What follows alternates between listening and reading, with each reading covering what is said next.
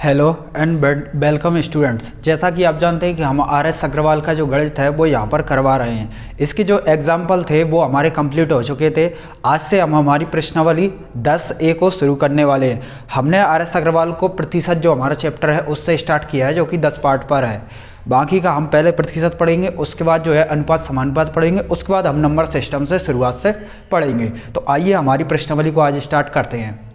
हमारी प्रश्नावली का जो पहला सवाल है वो यहाँ पर है कि क्वेश्चन मार्क इंटू में 52% बराबर 182। तो यहाँ पर क्वेश्चन मार्क की वैल्यू पूछी है, यानी कि जो हमारा सवाल है पहला यहाँ पर सवाल है क्वेश्चन मार्क का 52% बराबर होता है 182। तो आपसे पूछा है क्वेश्चन मार्क के स्थान पर क्या आएगा।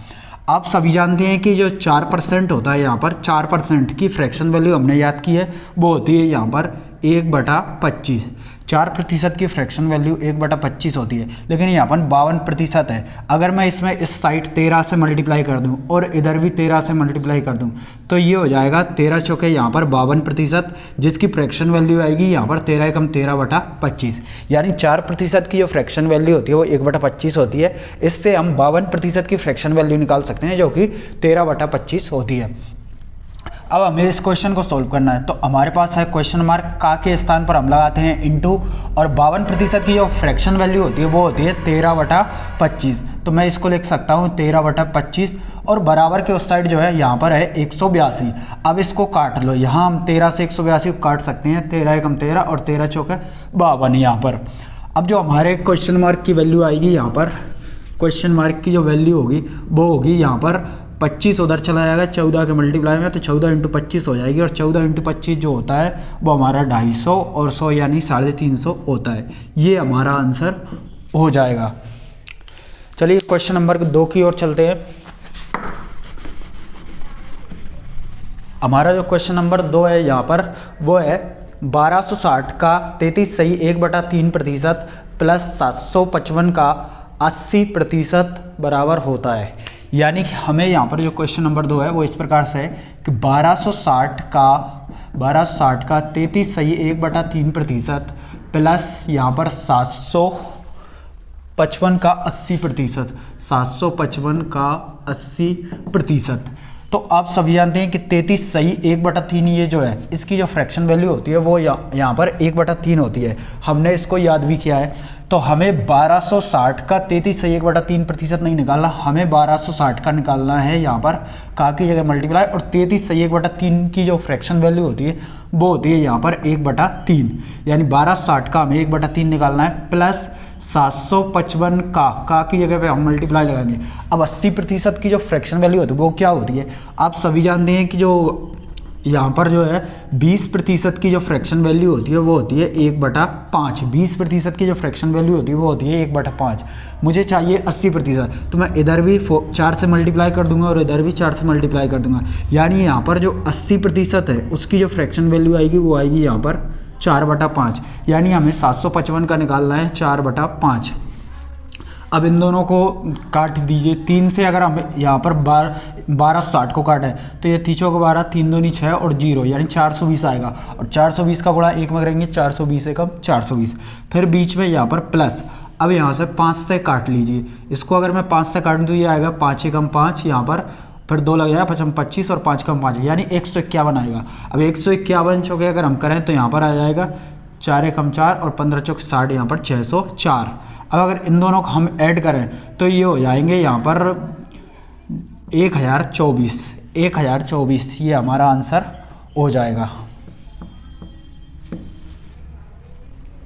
चलिए तो प्रश्न नंबर यहाँ पर हम जो है 3 की ओर चलते हैं।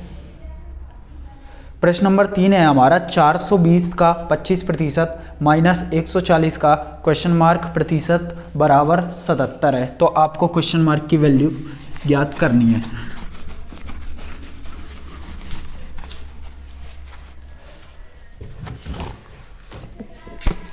हमारा यहाँ पर जो प्रश्न नंबर 3 है कुछ इस प्रकार से है कि यहाँ पर हमें निकालना है 420 का की जगह हम लगाते हैं मल्टीप्लाई। 420 का 25%, आप जानते हैं 25% की जो फ्रैक्शन वैल्यू होती है वो 1/4 होती है। तो हमें 420 का यहाँ पर 1/4 करना है, माइनस उसके बाद जो सवाल है वो है 140 का क्वेश्चन मार्क प्रतिशत। अब 140 का की जगह मल्टीप्लाई क्वेश्चन मार्क हमें पता नहीं है और इसका प्रतिशत, और यहाँ पर अगर मैं प्रतिशत को हटाऊँ तो आप जानते हैं कि बटे में आएगा यहाँ पर 100, बराबर में दिया है आपको 77। इसे हल करके हमें क्वेश्चन मार्क का मान पता लगाना है।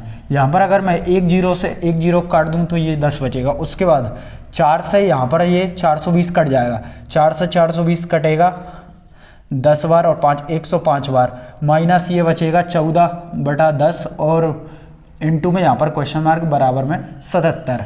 अगर मैं 105 को ऐसा ही रहने दूँ, 77 को इधर लाऊं तो ये माइनस का 77 होगा, और ये माइनस के 14/10 इंटू क्वेश्चन मार्क को अगर उधर ले जाऊँ तो ये प्लस के हो जाएंगे 14/10 और इंटू में क्वेश्चन मार्क। अब अगर मुझे 155 में 77 को माइनस करना है तो ये माइनस करके बचेंगे यहाँ पर 23 और 5 यहाँ पर बचेंगे, ये 28 उस साइड है 14/10 इंटू में क्वेश्चन मार्क। यहाँ पर 14 से हम 28 को काट सकते हैं 2 बार में, और 10 इधर डिवाइडेड से इधर जाएगा मल्टीप्लाई में, तो ये क्वेश्चन मार्क का मान आ जाएगा 10 दूनी यहाँ पर 20, ये 20 हमारा आंसर होगा। उसके बाद हम सवाल नंबर 4 को देखते हैं।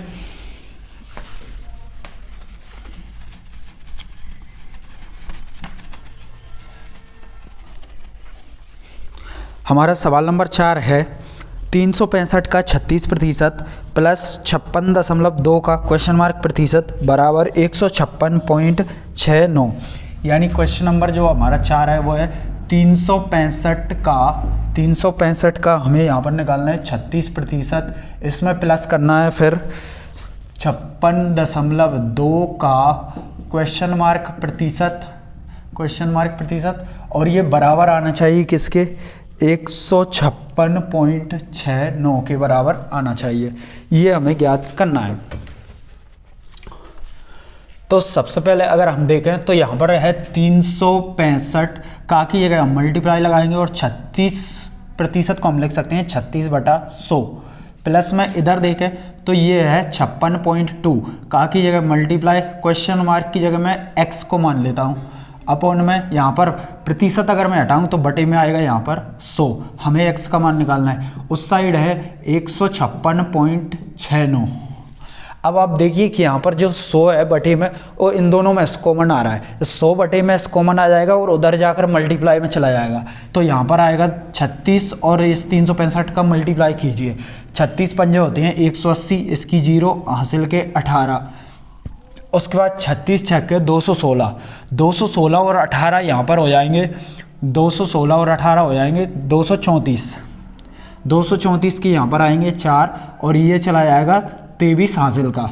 उसके बाद 36 दिया होते हैं 108, 36 दिया 108 और 23 हो जाएगा 131, फिर प्लस यहाँ पर ये 56.2 इंटू में x, ऐसा का ऐसा ही है। 100 हमने कॉमन ले लिया और उस साइड चला जाएगा ये मल्टीप्लाई में, यानी कि हो जाएंगे 156.69 और मल्टीप्लाई में 100। उसके बाद अगर मैं देखूं तो ये है 56.2 इंटू में ये x, ये वैल्यू ऐसी कैसी, मैं इस यहाँ पर 13,140 को उस साइड ले गया। सबसे पहले इन दोनों का अगर मल्टीप्लाई होगा तो आप जानते हैं कि ये 2 दशमलव के बाद यहाँ पर 2 अंक हैं और यहाँ पर भी 2 जीरो हैं, तो ये 2 जीरो इस दशमलव को हटा देंगे, यानी कि ये बचेगा 15,669 और ये 13,140 हो जाएगा, तो ये माइनस का हो जाएगा 13,140। यहाँ पर जो इसकी वैल्यू आएगी 56.2 और इंटू में यहाँ पर x, इसकी जो वैल्यू आएगी वो आएगी, इसमें से माइनस हो गया 9 में 0 गया तो यहाँ पर 9 बचेगा, यहाँ पर 9 बचेगा। उसके बाद 6 में से 4 जाएगा तो यहाँ पर 2 बचेगा, उसके बाद 6 में से अगर 1 जाएगा तो 5 बचेगा और यहाँ पर 5 में से 3 जाएगा तो यहाँ पर 2 बचेगा, 1 में से 1 0, तो इसकी वैल्यू ये आएगी 2529। अगर मैं इसको उधर ले जाऊँ तो ये बटे में चला जाएगा मल्टीप्लाई से, यानी x का जो मान निकलेगा वो आएगा यहाँ पर 56.2। अब अगर इस 0.2 को भी हटाएं तो ऊपर 0 बढ़ जाएगी। अब इसका भाग देना है हमें, तो इसका भाग लगभग ये यहाँ पर 5 बार तो नहीं आएगा क्योंकि 5 25 होता है, तो 62 का भी पंजे होगा तो ये 29 तो नहीं आएगा, 5 बार नहीं जाएगा, ये जाएगा लगभग 4 बार, तो यहाँ पर ये 4 बार चला गया। 4 बार में कितना आएगा, तो ये है हमारा 2529 और यहाँ पर ये 4 बार गया, तो 4 बार में इसका कितना जाएगा, 4 दूनी यहाँ पर 8, 6 चौके 24, हासिल के 2 और 4 5 20, ये आएगा 2248। अगर इसको मैं माइनस करूँ, जीरो को हटाओ अभी, इसको अगर मैं माइनस करूँ तो यहाँ पर 9 में से 8 जाएगा 1, 12 में से 4 जाएगा 8, और यहाँ पर 24 में से ये 22 जाएंगे 2, 281 बचेगा, और ये एक जीरो बच रहा है, ये जीरो। उसके बाद 562 का भाग इतने में कितनी बार जाएगा, तो ये लगभग अब चला जाएगा 5 बार, यानी हमारे जो x की वैल्यू आएगी वो 45 आएगी। 45 हमारा आंसर हो जाएगा।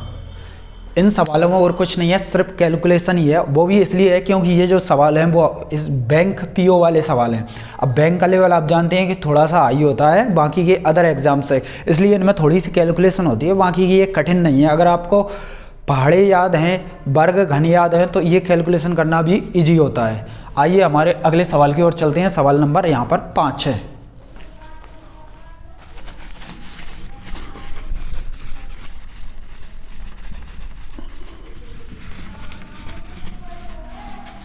सवाल नंबर जो 5 है वो है यहाँ पर 3600 का 7/9 हमें करना है। सवाल नंबर 5 में 3600 का की जगह हम लगाते हैं मल्टीप्लाई 7/9, 3600 का 7/9 का 45% का 35% हमें करना है। चलो मैं यहाँ पर सवाल लिख लेता हूँ। 3600 का 7/9 का 45% और एक बार और है का 35%, ये हमें ज्ञात करना है। आप सभी जानते हैं कि जो 5% होता है उसकी जो फ्रैक्शन वैल्यू होती है वो होती है 1/20। हमने याद की है 5% मतलब 1/20। अगर मैं इसके दोनों साइड 9 से मल्टीप्लाई कर दूं, इधर भी और इधर भी, तो हमारे पास 3600 का 7/9 हमने लिख लिया। अब का की जगह हम मल्टीप्लाई करेंगे 45% की जो फ्रैक्शन वैल्यू आएगी यहाँ से आ जाएगी 9 5 45, और इधर हो जाएंगे ये 9 एकम 9, यानी 45% का मतलब ही होता है 9/20। उसके बाद हमें 35%, उसके बाद का है तो का लिखो, उसके बाद 35% की फ्रैक्शन वैल्यू चाहिए। तो हम जानते हैं कि 5% होता है 1/20। अगर मैं यहाँ दोनों साइड 7 से मल्टीप्लाई कर दूँ, यहाँ पर भी और यहाँ पर भी, तो ये हो जाएंगे 7 5 35, यानी 35% की जो फ्रैक्शन वैल्यू आएगी वो आएगी यहाँ पर 7/20। अब हमें केवल इसको सोल्व करना है। हम प्रतिशत को सीधे इसलिए सोल्व नहीं करते क्योंकि इससे हमारी जो काटने वाली कैलकुलेशन होती है वो थोड़ी सी कम हो जाती है। अगर इसको काटे तो यहाँ पर 9 से 9 कट जाएगा, और इन 2 जीरो से ये 2 जीरो भी कट जाएंगी। नीचे बचा 2 × 2 यानी कि 4, तो ये 4 से जाएगा 4 नाम यहाँ पर 36। हमारा जो मल्टीप्लाई आएगा वो 9 × 7 × 7 आएगा, यानी 9 × 7 63, और 63 सत्ते हो जाएंगे 420, और 21 यहाँ पर 461।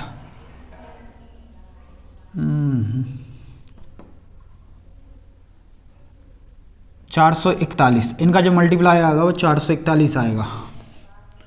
63 27 441 ही हमारा मल्टीप्लाई होगा। चलिए तो अगले सवाल की ओर चलते हैं। हमारा सवाल नंबर 6 है।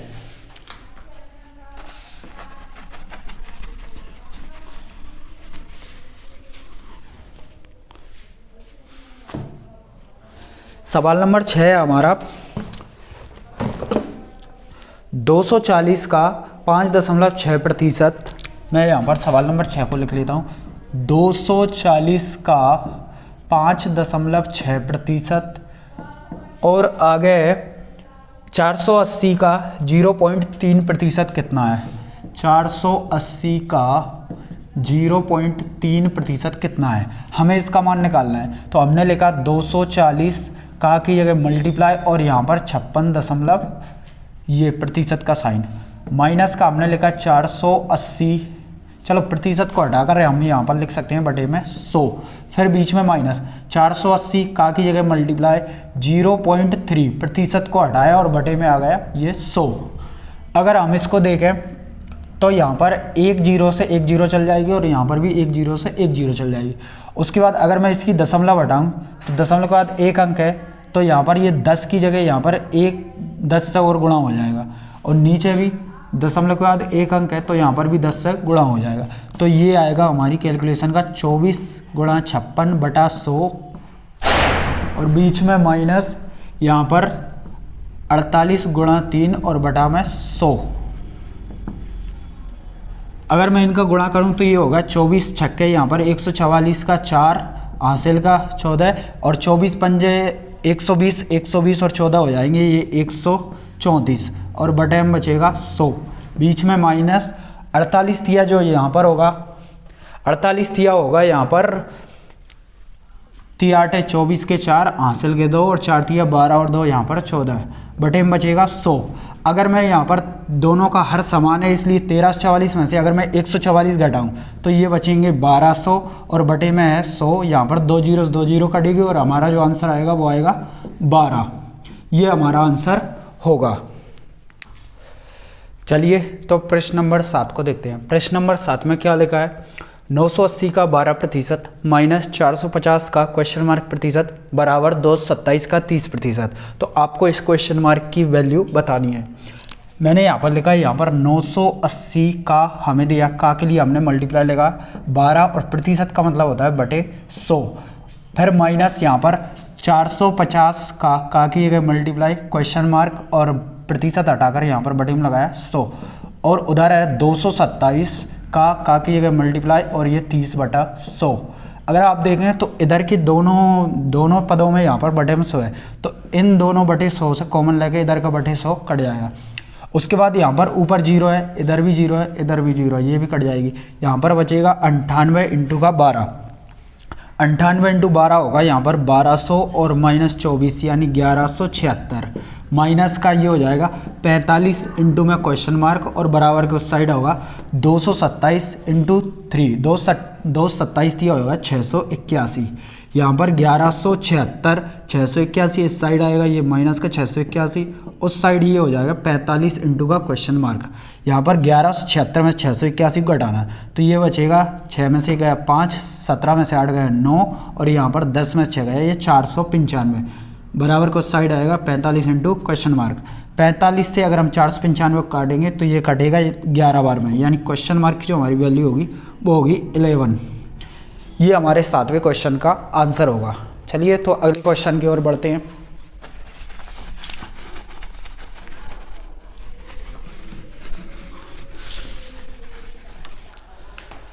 हमारा 8वां क्वेश्चन है। 8वां क्वेश्चन होगा 530 का 20.3%। हमारा जो 8वां क्वेश्चन है वो है 530 का 20.3%, 20.3% प्लस 225 का यहाँ पर 16.8%। ये हमारा 8वां क्वेश्चन है, इसको हल करना है। सबसे पहले यहाँ पर 530 का की जगह मल्टीप्लाई, ये 20.3% को हटाया तो बटे में 100 बचा। उसके बाद प्लस का 225 का की जगह मल्टीप्लाई, यहाँ पर 16.8 और बटे में बचेगा यहाँ पर 100%, को हटाए बटे में 100। यहाँ पर अगर हम देखें तो 1 0 से यहाँ पर 1 0 कट जाएगी, और अगर मैं इस दशमलव को हटाऊँ तो बटे में यहाँ पर 10 से गुणा हो जाएगा। उसके बाद अगर यहाँ से भी मैं दशमलव को हटाऊँ तो बटे में यहाँ पर 1 0 और बढ़ जाएगी। अब इनको हमें को हल करना है, तो सबसे पहले ये हमारे पास बचा 53 इंटू में 203 बटा में यहाँ पर 100 प्लस का बचा यहाँ पर। अगर मैं इनको काटूँ तो ये 25 से कट सकते हैं, यहाँ पर 25 नंबर होती हैं 225 और यहाँ पर 40 बार में कट गया। उसके बाद अगर इसको भी मैं काटूं तो ये यहाँ पर 40 4 से कट जाएगा, 4 दाम 40 और ये 4 से कट जाएगा, 4 चौके 16 और 4 दूनी 8, यानी उधर बचेगा 9 इंटू 42 बटा 10। अब इनको हल करना है। 53 का मल्टीप्लाई करना पड़ेगा। 53 तिया यहाँ पर होती है 150 और 159 होते हैं, उसके 9 हासिल के 15, फिर 0 में करेंगे बचेगा यहाँ पर 5 हासिल का 1। 53 दूनी यहाँ पर 106 और 106 और 1 हो जाएंगे यहाँ पर 107 और बटे में यहाँ पर 100 है, यानी 2 अंक 2 दशमलव मतलब 2 0 है, 2 0 से यहाँ पर 2 अंक बाद दशमलव लग जाएगी, यानी कि ये आएगा 107.59। प्लस में यहाँ पर अगर मैं 9 का गुणा 42 में करूँ तो 9 का गुणा अगर मैं 40 में भी करूँ तो 9 चौक 36 यानी 360, और 9 का गुणा 2 में करेंगे तो यहाँ पर 9 दूनी 18, 360 और 18 हो जाएंगे 378, यहाँ पर 378 बटे में 1 अंक 1 0 है 10 है तो इसलिए 1 अंक बाद दशमलव लगेगी, तो ये आएगा। इन दोनों को अगर जोड़ दिया जाए तो ये आएगा 9 8 और 5 13 का 3 हासिल का 1, 107 और 37 144 और 1 हासिल का 145, तो हमारा आंसर होगा 145.39। ये हमारा आंसर होगा। उसके बाद अगले हमारा जो क्वेश्चन है, क्वेश्चन नंबर 9 देखते हैं।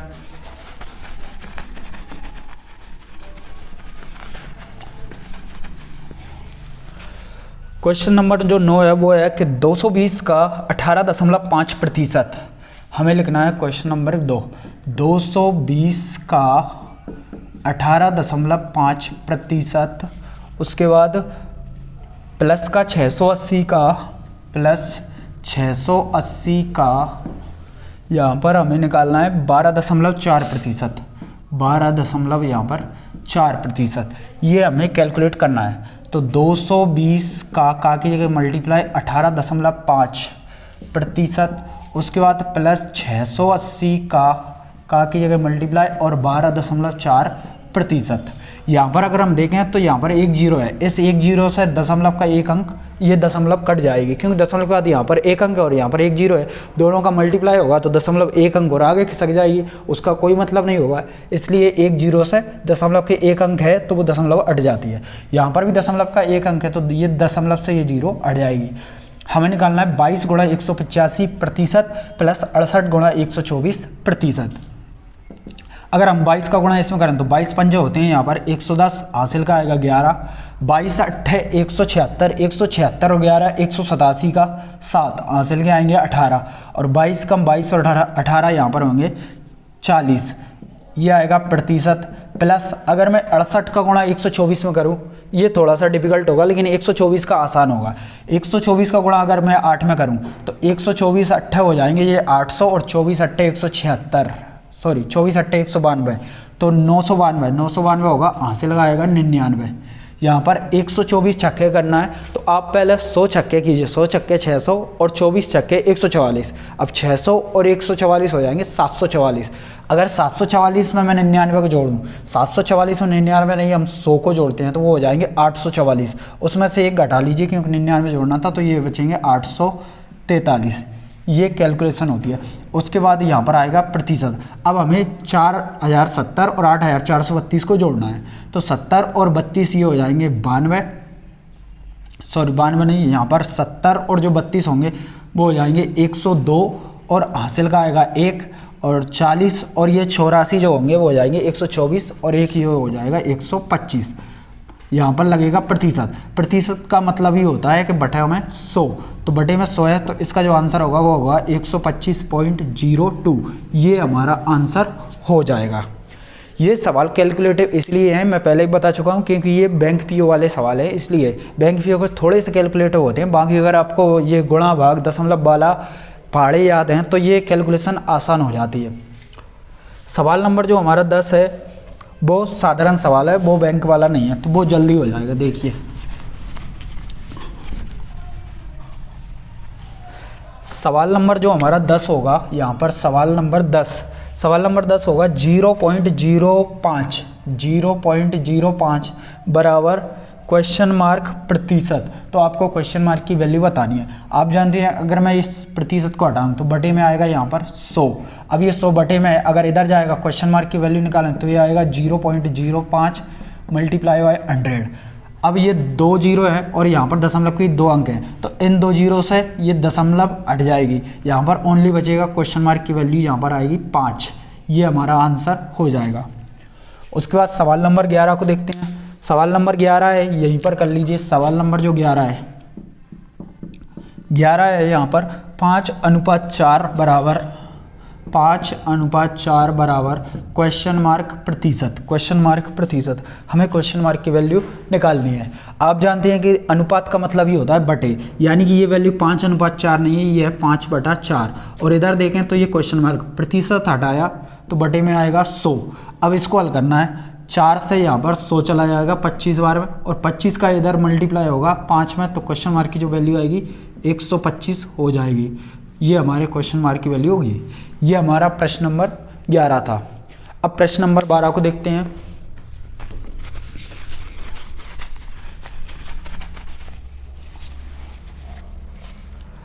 प्रश्न नंबर जो 12 होगा हमारा, प्रश्न नंबर 12 इजी है। यहाँ पर 22.5% इसका मान हमें ज्ञात करना है। बराबर में है क्वेश्चन मार्क, यानी कि हमें इसका मान ज्ञात करना है। तो 22.5% का मतलब होता है बटे में 100, ये है क्वेश्चन मार्क की वैल्यू।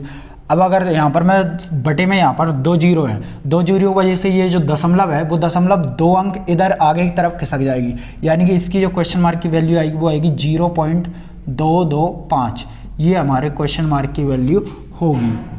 ये था क्वेश्चन नंबर 12। उसके बाद क्वेश्चन नंबर 13 की ओर बढ़ते हैं। क्वेश्चन नंबर 13 है प्रतिशत का 16%, सॉरी क्वेश्चन मार्क का 16%।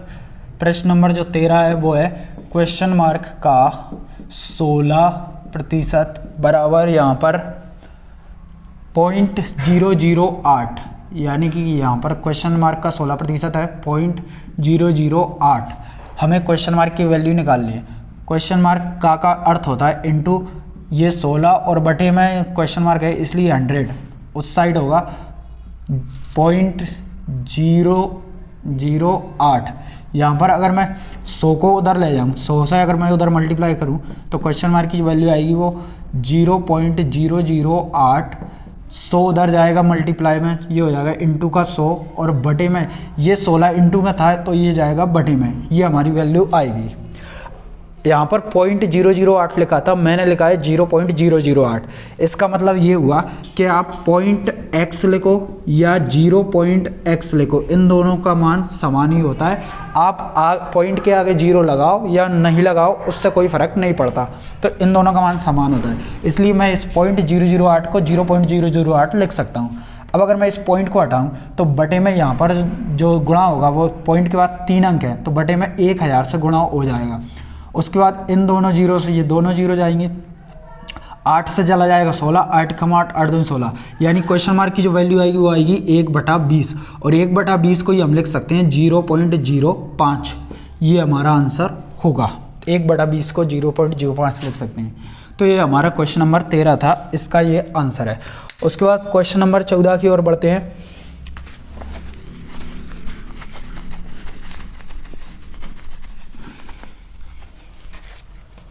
क्वेश्चन नंबर जो 14 है हमारा वो कहता है 500 का x% बराबर 300 का y% तथा 200 का y% का x% बराबर 60 हो तो x का मान ज्ञात कीजिए। इसके लिए आपको एक कॉन्सेप्ट देखना पड़ेगा। मैंने अगर आपसे बोला कि x का y% या मैंने बोला y का x%, इन दोनों का जो मान होता है वो बिल्कुल बराबर ही होता है, ये आपको हमेशा ध्यान रखना है। ये हमारा एक कॉन्सेप्ट है कि मैं बोलूँ x का y% हमेशा बराबर होता है y का x%। जैसे उदाहरण के तौर पर आपसे बोला जाए कि आप 30 का जो है 10% ज्ञात कीजिए, तो आप ज्ञात करेंगे 30 का की जगह मल्टीप्लाई और 10% का मतलब ये होता है यहाँ पर 1/10, यानी 30 का जो 10% आएगा वो 3 आएगा। या फिर अगर इसी बात को अगर पलट के बोला जाए यानी 10 का 30% बोला जाए, 10 का 30%, तो 10 का की अगर मल्टीप्लाई 30 बटा यहाँ पर 100, ये 2 जीरो से ये 2 जीरो कट जाएंगे, 3 कम 3, तो इसका आंसर भी आएगा 3 ही आएगा। जो इसका आंसर था वही इसका आंसर आया। यानी कोई आपसे बोले 30 का 10% या 10 का 30%, दोनों बातों का मतलब एक ही है। x का y% हो या y का x% हो, दोनों का मतलब समान होता है। अब हम अपने सवाल की ओर बढ़ते हैं। हमारा जो अगला सवाल है वो है यहाँ पर सवाल नंबर 14, 500 का x%। आपसे बोला 500 का x%। अगर मैं इसको पलट कर बोलूँ तो मैं इसको बोल सकता हूँ x का 500%, दोनों का अर्थ समान ही होगा, यानी x का हमें 500% करना है। अब हम जानते हैं कि जो 100% होता है वो 1 के बराबर होता है, 100% ही 1 होता है, 1 ही 100% होता है। अब मुझे चाहिए 500%, तो इसमें मैं 5 से मल्टीप्लाई कर दूँ, इधर भी 5 से और इधर भी 5 से, तो ये होगा 500% का मान हो जाएगा यहाँ पर 5 ही कम 5, यानी x का 500% मतलब उसका 5 गुना ही करना है। जैसे अभी हमारी पिछली क्लासों में एक सवाल आया था 18 का 36%, 18 का दुगना था 36, इसलिए वहाँ पर 200% आंसर आया था। यानी कोई संख्या को अगर उसका 100% करना है तो वो संख्या स्वयं में खुद ही होती है, उसका 200% उसका दुगना होता है, 300% उसका 3 गुना होता है। ठीक उसी प्रकार इसका x का 500 गुना इसका 5 गुना ही होगा। यानी जो हमारा सवाल है वो इस प्रकार से है, 500 का x% बोल रहा है, 500 का x%, तो मैं यहाँ पर पहले सवाल को लिखता हूँ, 500 का x% बराबर होगा किसके, यहाँ पर 300 का y%, 300 का y%, ये दोनों चीज़ें बराबर होंगी। अगर मैं इसको देखूँ 500 का x% ना करके x का 500% करें तो ये इसका 5 गुना होगा, 5x बराबर है 300 का y%। अगर मैं इसको उल्टा बोलूँ तो y का 300%, y का 300% है यानी y का 3 गुना 3y, यानी 5x का जो मान है वो 3y के बराबर है यहाँ पर। उसके बाद सवाल में आगे बोला है 200 का y% का x% 60 है, यानी सवाल में और आगे बोला गया है 200 का y% का x% जो है बराबर में 60 है। तो आप x का मान ज्ञात कीजिए, यानी इस कंडीशन से हमें x का मान ज्ञात करना है। अगर x का मान ज्ञात करना है तो यहाँ पर y का मान रखना पड़ेगा। अब y का मान आएगा यहाँ से, y बराबर, अगर मैं यहाँ से मान निकालूँ y का तो 3 इधर जाएगा बटे में, तो जो y बराबर मान आएगा वो आएगा 5x/3, ये मान मुझे रखना है। यहाँ पर है 200 का y%, मैं इसको कर लूँ y का 200% है, यानी कि यहाँ पर आएगा 2y। उसके बाद का यहाँ पर x है, x और बटे में यहाँ पर है 100% हटाएंगे तो यहाँ पर 100, y% का 200 या 200 का y% या y का 200% ये होगा 2y, बराबर में उस साइड आएगा 60। उसके बाद अगर मैं यहाँ पर y का मान रखूँ तो y का मान होता है यहाँ पर 5x/3, उस साइड आएगा x/100 और यहाँ पर 60। अब अगर मैं यहाँ पर देखूँ तो यहाँ पर देखिए ये सब उधर जाएंगे, यहाँ पर देखो 2 पंजे यहाँ पर 10 होंगे और 10 से अगर इस 100 को काटें तो 10 बार में कट जाएगा। ये x और x यहाँ पर बचेगा x², उधर 10 और गुणा 3, यहाँ पर 10 या 30 से जब 60 में मल्टीप्लाई होगा तो ये हो जाएंगे 1800। 1800 को भी हम लिख सकते हैं x² बराबर 18 इंटू का 100। अब अगर मुझे x की वैल्यू चाहिए तो 100 का तो बाहर आएगा 10 और 18 का जो बाहर आएगा वो आएगा 3√2। 3√2 हम इसको लिख सकते हैं, यानी हमारे जो x का जो मान होगा वो होगा 10 या 30 और √2, ये हमारे x का जो है मान हो जाएगा, ये हमारा आंसर होगा। उसके बाद हमारा इस क्लास का लास्ट क्वेश्चन है क्वेश्चन नंबर 15, आइए उसको देखते हैं।